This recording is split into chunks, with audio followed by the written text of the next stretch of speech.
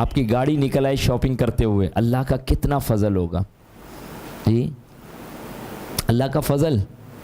بچے کا میرٹ بن جائے، جاب لگ جائے، اللہ کا فضل، اللہ کا فضل. من یرید اللہ بہ خیرا یفقہہ فی الدین. اللہ تعالیٰ جب کسی سے خیر کا ارادہ فرماتے ہیں اسے دین کی سمجھ دیتے ہیں. قل بفضل اللہ وبرحمتہ فبذلک فلیفرحوا ھو خیر مما یجمعون. قرآن سب سے بڑا فضل ہے رب کا، اس کے دین کی سمجھ، نبی اکرم صلی اللہ علیہ وآلہ وسلم کے طریقوں کی پیروی، یہ ہے دنیا اور آخرت کی کامیابی. کم از کم ہمارے لیول پہ تو یہ باتیں بالکل کلیئر ہو جانی چاہیے. ما ننسخ من آیت او ننسها نأتی بخیر منها او مثلها. ہم جب بھی کسی آیت کو منسوخ کرتے ہیں یا اسے بھلا دیتے ہیں تو اس جیسی یا اس سے بہتر آیات بھی لاتے ہیں. الم تعلم ان اللہ علی کل شیء قدیر. کیا آپ جانتے نہیں کہ اللہ ہر چیز پر قادر ہے. اچھا، یہود کا ایک معاملہ یہ کہتے تھے کہ تورات منسوخ نہیں ہو سکتی، لہٰذا ہم انجیل اور قرآن کو نہیں مانیں گے. اور دوسرا یہ بھی اعتراض کرتے ہیں یہ کیسی کتاب ہے، تم کہتے ہو بہت عظیم کتاب ہے اور اس میں کوئی حکم منسوخ کر دیا گیا. پہلی بات جو ان کی بات کا جواب دیا گیا، کوئی وجہ نہیں بتائی گی. کیا کہا گیا؟ الم تعلم ان اللہ علی کل شیء قدیر. اللہ کل پر قادر ہے. اور کتاب کس کی ہے؟ رب کی ہے، مرضی اس کی جو کرے. کوئی بندہ پوچھ نہیں سکتا ایسے اور ایسے کیوں. ہاں البتہ بعد میں اس بات کے حکم کو مان لینے کے بعد توجیحات کے یا عقلی دلائل جو بات بنتی ہے، ظاہری بات ہے تدریجاً احکامات دیے جا رہے ہیں، ہے نا. شراب کے حوالے سے حکم آ رہا ہے کہ ایسا نہیں کرو، یہ بری چیز ہے. پھر کہا کہ نماز کی حالت میں، اور آخر میں آ کے کہ یہ ام الخبائث ہے، تم اس کو چھوڑ دو. تو وہ ذہن سازی کرنے کے لیے بعض جگہوں پہ کوئی حکم دیا گیا اور پھر اس کو ختم کر کے کوئی اچھا اور معاملہ رکھ دیا گیا، یا بعض اوقات بالکل ہی اسے ختم کر دیا گیا. امام ابن تیمیہ رحمہ اللہ کے نزدیک یہ 5 آیات ہیں جو منسوخ ہوئی ہیں، بعض کے نزدیک 20 ہیں. پھر اس کی توجیحات کو، اس کے معاملات کو سمجھنے کے لیے جو ہے علوم القرآن کی کتابوں سے استفادہ کیا جاتا ہے. الاعتقان فی العلوم القرآن علامہ جلال الدین سیوطی رحمہ اللہ کی کتاب ہے، اور بھی بہت ساری کتابیں جن میں پھر اس کے مزید وضاحت پڑھی جا سکتی ہے. بہرحال یہ اللہ کا کلام ہے. پہلی بات یہود کے اس اعتراض کو رد کر دیا گیا. آپ جانتے نہیں کہ اللہ ہر چیز پر قادر ہے. الم تعلم ان اللہ لہ ملک السماوات والارض. کیا آپ یہ نہیں جانتے کہ آسمان اور زمین کی فرما روائی اللہ ہی کے لیے ہے. وما لکم من دون اللہ من ولی ولا نصیر. نیز یہ کہ اللہ کے سوا تمہارا کوئی خبرگیری کرنے والا اور مددگار نہیں. ام تريدون ان تسألوا رسولکم کما سئل موسیٰ من قبل. یا تم لوگ یہ چاہتے ہو کہ اپنے رسول سے ایسے سوال کرو جو اس سے قبل موسیٰ سے کیے جا چکے ہیں. ومن يتبدل الكفر بالایمان فقد ضل سواء السبیل. اور جس نے ایمان کو کفر کی روش سے بدل دیا اس نے صراط مستقیم کو گم کر دیا. اللہ انبیاء اور رسول کی باتوں پر ایمان لانے کی توفیق عنایت فرمائے. اقرا بن حابس کا معاملہ ہے رضی اللہ عنہ، وہ صحابی ہیں. بہرحال مسلم کی 1337 نمبر کی روایت آتی کہ آپ صلی اللہ علیہ وآلہ وسلم فرماتے ہیں یا قومی کتب علیکم الحج فقام رجل فقال افی کل عام. آپ صلی اللہ علیہ وسلم نے فرمایا میری قوم تم پر حج کو فرض کر دیا گیا ہے. تو ایک شخص کھڑا ہوا اور بعض دوسری روایتوں میں آتا ہے کہ وہ اقرا بن حابس تھے. تو انہوں نے کہا گیا کہ افی کل عام، اللہ کے رسول کریم کیا ہر سال حج فرض کر دیا ہے؟ آپ صلی اللہ علیہ وسلم نے چہرہ مبارک موڑ لیا. دوسری دفعہ اور جب تیسری دفعہ فغضب رسول اللہ صلی اللہ علیہ وسلم غضبا شدیدا، آپ صلی اللہ علیہ وسلم سخت ناراض ہوئے اور فرمایا لو کنت نعم، اگر میں کہہ دیتا ہاں لوجبت تو یہ واجب ہو جاتا تم پر. لو وجبت مستطاعت، تو تم میں سے کسی کی استطاعت نہیں تھی اس کو کرنے کی. یعنی کہ انبیاء رسول جتنی بات کوئی بتاتے ہیں چپ کر کے اس کو سمجھا جائے اور اس پر عمل کیا جائے. ایک اور روایت ہے مسلم کی جس میں فرمایا کہ جو میں چھوڑ دوں تم بھی اسے چھوڑ دو. تم سے پہلے لوگ انبیاء سے کثرت سوالات اور ان سے اختلاف کی بنا پر ہلاک ہوئے. تو فرمایا کہ ود کثیر من اہل الکتاب لو یردونکم من بعد ایمانکم کفارا. اہل کتاب میں سے اکثر لوگ یہ چاہتے ہیں کہ تمہارے ایمان لانے کے بعد پھر سے تمہیں کافر بنا دے. یہ روش آج موجود نہیں جی. میڈیا، ٹی وی، ہمارے تہوار، ہماری حکومتیں، ہماری چیزیں، ہمارا لٹریچر، ہمارا ایجوکیشن سسٹم یقین کیجئے دوبارہ اسی رنگ میں رنگنے کے لیے تیار ہے. اور اس دفعہ تو بہت خوشی کی بات ہے، دیوالی کی بھی چھٹی لی ہے. بسنت کی دیوالی کی نا، ہاں جی دیوالی کی بھی چھٹی لی. مسلم کمیونٹی نے 96% مسلم ملک نے اور ذہناً قبول کر کے بیٹھ گئے. یہ لوگ چاہتے ہیں کہ اپنے جیسا تمہیں بنا دیں. مسلمانوں تم تو جاگو.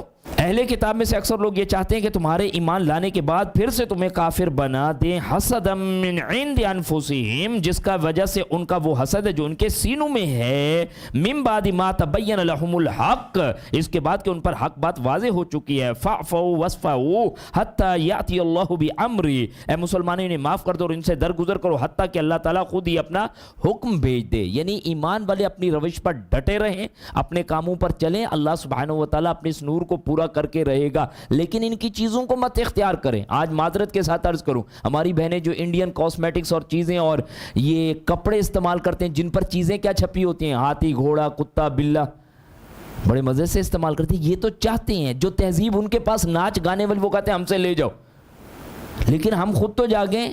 یا جو آج ویسٹرن کلچر میں تباہی ہوئی پڑی ہے اس معاشرتی زندگی کی، آج ہمیں وہی چیزیں چکھائی جا رہی ہیں کہ بھئی اب آپ اپنے اندر بھی یہ چینج لائیں، تو ہم خود تو جاگیں کہ ہمارے پاس مکمل تہذیب موجود ہے، قرآن موجود ہے، اور ہم اسے سمجھنے کی کوشش کریں۔ ان اللہ علی کل شیء قدیر، بے شک اللہ تعالیٰ ہر چیز پر خوب قادر ہے۔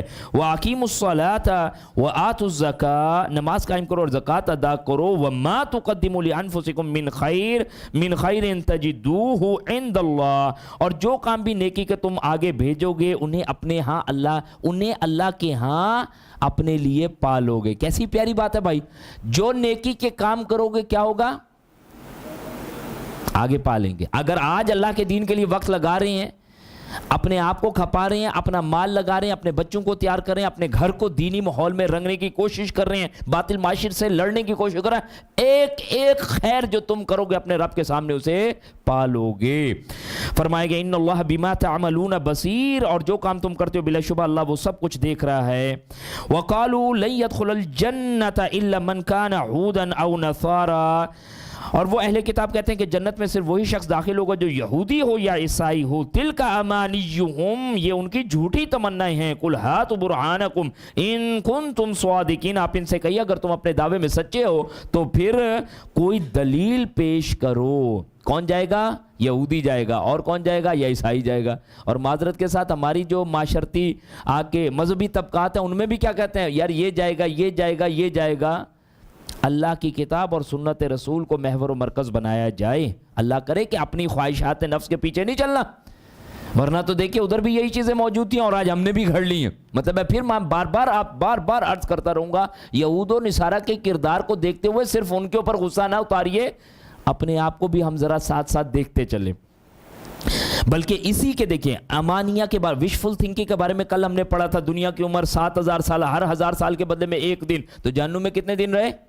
7 دن ان کے پاس ہے، اور ہمارے لیے بھی بہشتی زیور تیار پڑے، اور ہمارے لیے بھی اس طرح کے ساری چیزیں تیار پڑی ہیں۔ تو عرض کیا جا رہا ہے اصل چیز کیا ہے؟ بلا نہیں، بلکہ من اسلم وجہہ للہ وہو محسن فلہ اجرہ عند ربی، اصل تو بات اس کے لیے ہے جس نے اپنے چہرے کو جھکا دیا اپنے رب کے لیے، یعنی اپنی سر تسلیم خم کیا، اپنی مرضی چھوڑ دی، اپنے آپ کو اپنے رب کے حوالے کر دیا، وہو محسن، اور اس کام میں بھی پرفیکشن کے ساتھ ہو۔ دیکھیں آن اینڈ آف نمازیں نہیں، کبھی پردہ کر لیا کبھی نہ کیا چھوڑ دیا، یہ نہیں کہا جا رہا۔ شروع کیا تو ہمیشہ نماز شروع کیا، ہمیشہ گانوں سے ترک کر دیا تو ٹھیک ہے، ایسا نہیں کہ پورا رمضان نہیں سنے لیکن عید والے دن جی کیا کریں جی، خوشی کا دن ہے آج تو ٹھیک ہے، آج تو بندے نے رب بدل لیا نا، ایسا نہیں ہو سکتا۔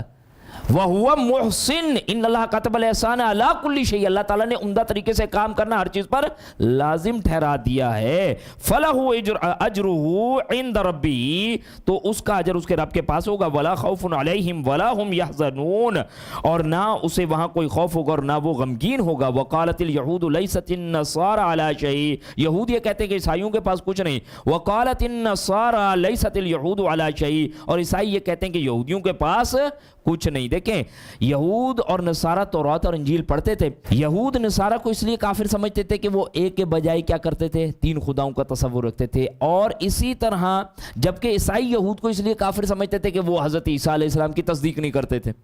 اچھا مشرکین کا معاملہ ان سے اور الگ تھا، وہ اہل کتاب نہیں تھے، کچھ نہیں تھے، لیکن اس کے ساتھ ساتھ کیا کہتے تھے؟ ہم ابراہیم علیہ السلام کے پیروکار ہیں۔ اب یہ گڑبڑیں ہر جگہ پہ چلنے، اور ہر بندہ اپنا رب کے ساتھ کنیکشن جوڑ کے کھڑا۔ اور بھائی یہ معاملہ آج بھی ہے، جو مزار پہ دھمالے ڈال رہا ہے وہ کیا کرتا ہے؟ وہ کیا کہتا ہے؟ رب کو نہیں مانتا.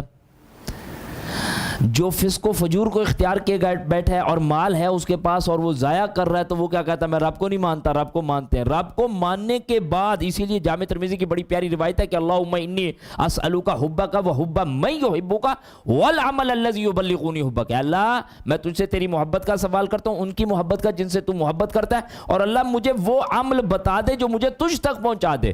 ورنہ یہودی اپنی جگہ جنت کھڑی کر کے بیٹھا ہے، عیسائی اپنی جگہ، اور اسی طرح مشرک اپنی جگہ، اور اسی طرح معذرت کے ساتھ پلیز یہ کہتے ہوئے بھی ڈر لگتا ہے، سلفی اپنی جگہ، دیوبندی اپنی جگہ، بریلوی اپنی جگہ، اہل الحدیث اپنی جگہ، اہل تشیع اپنی جگہ، منکرین حدیث اپنی جگہ، سارے شیڈز ہیں نا. اللہ فضل فرما دے. اللہ جس سے تو راضی ہے مجھے وہ کر، میں نے یہ لیبل لگوا کے کیا کر رہا ہے؟ ہر ایک کے پاس مسئلہ ہے.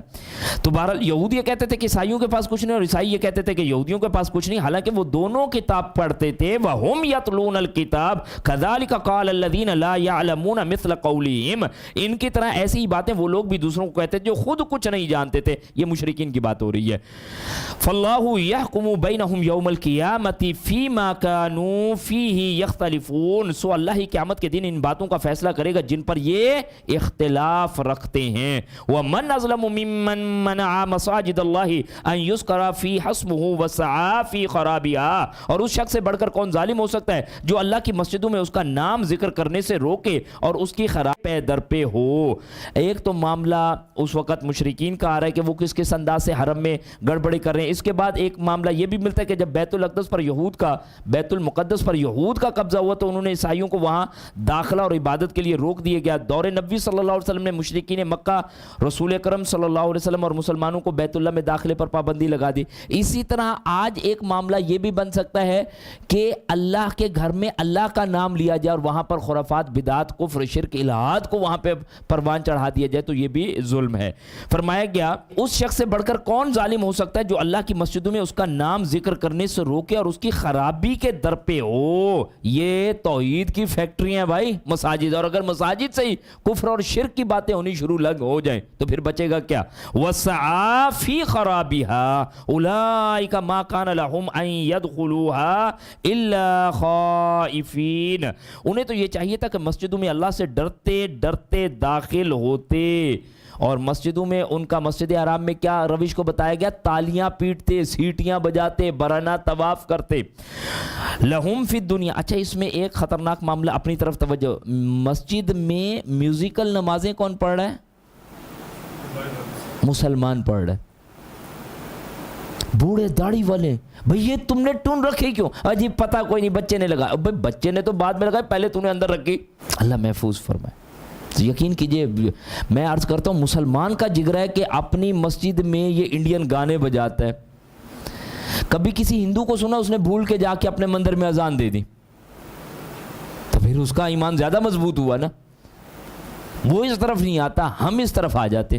انہیں تو یہ چاہیے تھا کہ مسجدوں میں اللہ سے ڈرتے ڈرتے داخل ہوتے. لہم فی الدنیا خزی ولہم فی الآخرۃ عذاب عظیم. ایسے ہی لوگوں کے لیے دنیا میں رسوائی اور آخرت میں بہت بڑا عذاب ہے. اللہ تو اپنی رحمت سے ہمیں اس عذاب سے محفوظ فرما، ہمیں اس کفر سے محفوظ فرما.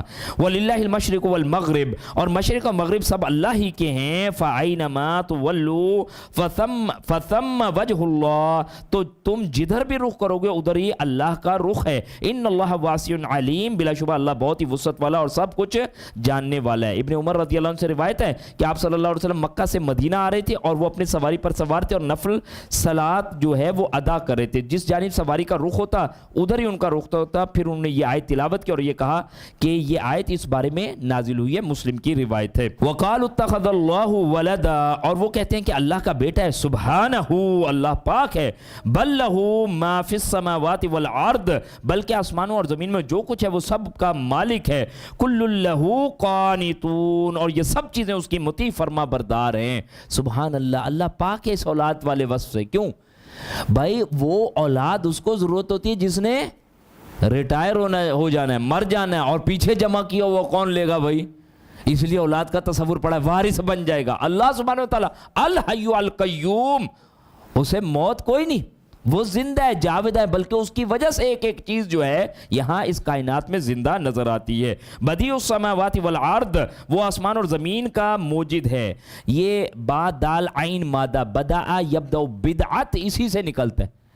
زمین و آسمان کہیں نہیں تھا اور اللہ تعالیٰ نے اسے عدم سے وجود بخش دیا، اور بدعت کا بھی یہی کہا جاتا ہے کتاب اللہ سنت رسول میں کہیں نہیں ہوتی اور ایک دم سامنے آ جاتی ہے۔ تیسری عید معذرت کے ساتھ، خود ساختہ نظریات جو کتاب اللہ سنت رسول نہیں ملتے تو کیا کریں، ان کو دین کا حصہ بنا دیں۔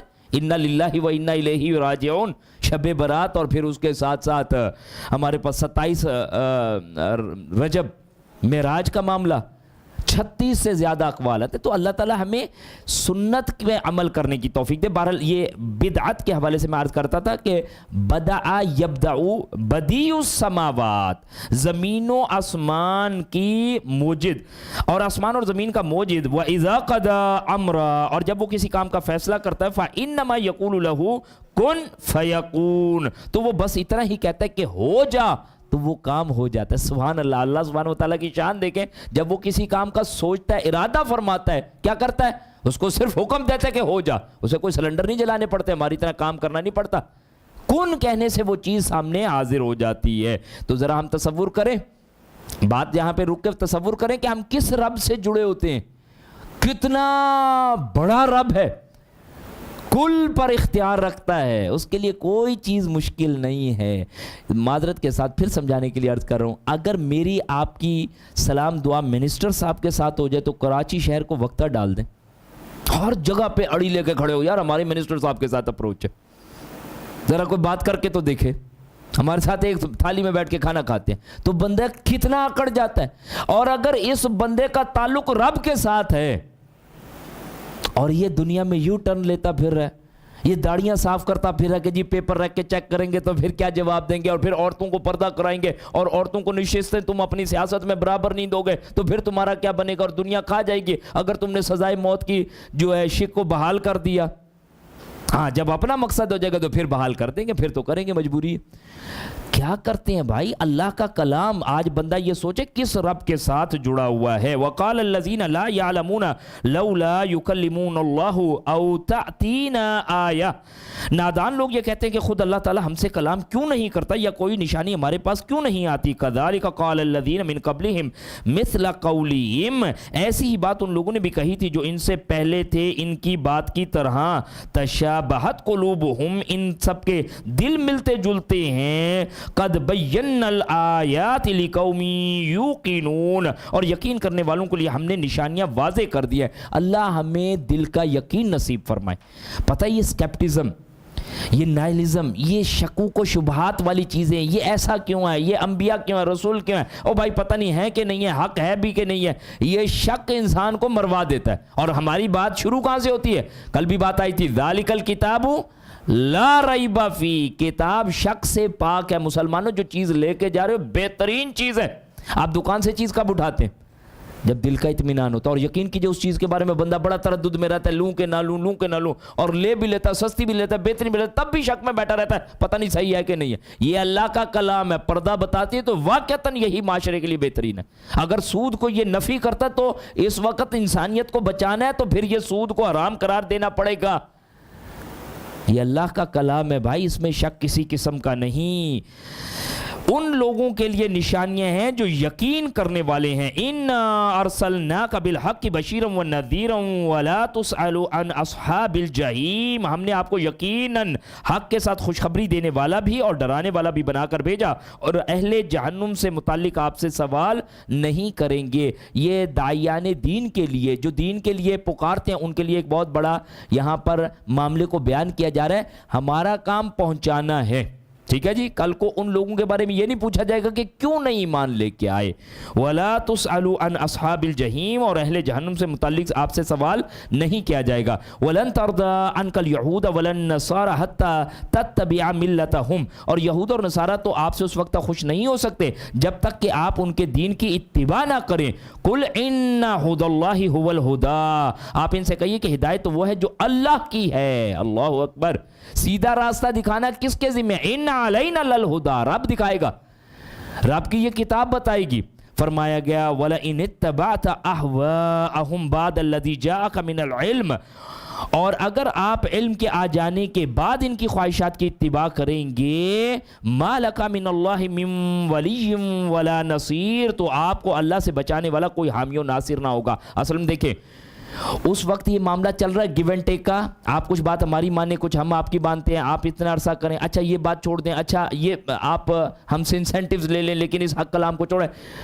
آپ نے تو ہرگز ان کی ہر آفر کو ریجیکٹ کر دیا اور آپ نے ان پر چلنا بھی نہیں تھا ان کی باتوں۔ اصلاً آپ کو کہہ کے ہمیں سنایا جا رہا ہے کہ دیکھو خیال کرو، یہ یہود و نصارہ تم سے کبھی بھی راضی نہیں ہو سکتے جب تک کہ تم ان کے رنگ میں نہ رنگے جاؤ۔ اور ترکی کو دیکھ لینا صاحب کتنا زور لگایا یورپی یونین کے لیے، کہاں آ کے کھڑے ہو گئے، لیکن نہیں مانے، اگلے نہیں مانے، نہیں مانتے۔ اسی لیے اپنی پہچان، اپنی آئیڈینٹی کو مت چھوڑیں، اللہ کے دین کے ساتھ جڑیں، اور یہ اصلاً بات ہمیں سمجھائی جا رہی ہے۔ اور یہود و نصارہ تو آپ سے اس وقت خوش نہیں ہو سکتے جب تک کہ آپ ان کے دین کی اتباع نہ کریں۔ ڈو مور، کیا کیا ہم نے؟ سب کچھ کر لیا، لیکن اس کے باوجود بھی اگلے کہہ رہے نہیں کچھ اور کریں۔ افغانستان میں بھی گڑبڑ آپ کرتے ہیں، انڈیا میں بھی آپ کرتے ہیں، فلانی جگہ پہ بھی آپ کرتے ہیں، بھائی ہم کتنا کچھ کریں اور اپنا کیا چیز آپ کو دیں؟ فرمایا گیا کہ آپ ان سے کہیے کہ ہدایت تو وہ ہے جو اللہ کی ہے، اور اگر آپ علم کے آ جانے کے بعد ان کی خواہشات کی اتباع کریں گے تو آپ کو اللہ سے بچانے والا کوئی حامی و ناصر نہ ہوگا۔ یہ اسلوب کئی دفعہ آتا ہے، اس میں مقصد کو پہلی دفعہ سمجھ لیجئے کہ آپ صلی اللہ علیہ وآلہ وسلم سے یہ بات کہہ کر اصلاً ہمیں سمجھائی جا رہی ہوتی ہے۔ آپ صلی اللہ علیہ وسلم سے ممکن ہی نہیں۔ کیا فرمایا گیا؟ اگر چاند ایک ہاتھ پہ اور ایک ہاتھ میں سورج لا کے رکھ دے اور مجھے کہا جائے کہ یہ دعوت چھوڑ دو، تو میں یہ دعوت نہیں چھوڑ سکتا، یا تو میری جان جائے گی یا یہ کام پورا ہوگا۔ آپ کی ڈٹرمینیشن تو یہ تھی، اور آپ نے اللہ کی رحمت سے اس کام کو پورا کر کے دکھایا۔ آج ہم سے یہ تقاضے رکھے جا رہی ہیں۔ الذین آتیناہم الکتاب یتلونہ حق تلاوتی، جن لوگوں کو ہم نے کتاب دی اور وہ اسے یوں پڑھتے ہیں جیسے پڑھنے کا حق ہے۔ اولئک یؤمنون بہ، یہی وہ لوگ ہیں جو اس پر ایمان لاتے ہیں۔ ومن یکفر بہ فاولئک هم الخاسرون، اور جو اس کتاب کا انکار کرتے تو ایسے ہی لوگ خسارہ اٹھانے والے ہیں۔ اللہ تعالی ہمیں اس کتاب کا حق ادا کرنے کی توفیق عنایت فرمائے، اگرچہ کہ جو ممکن ہی نہیں ہے، لیکن ظاہری بات ہے کوشش میں لگیں گے، جدوجہد میں لگیں گے۔ اللہ کرے اس کتاب کے ساتھ کیا کرے، صحیح معنوں میں ایمان رکھے۔ ایمان انشاءاللہ سورہ نساء کی آیت نمبر 136 میں ہم اس بات کو پڑھیں گے۔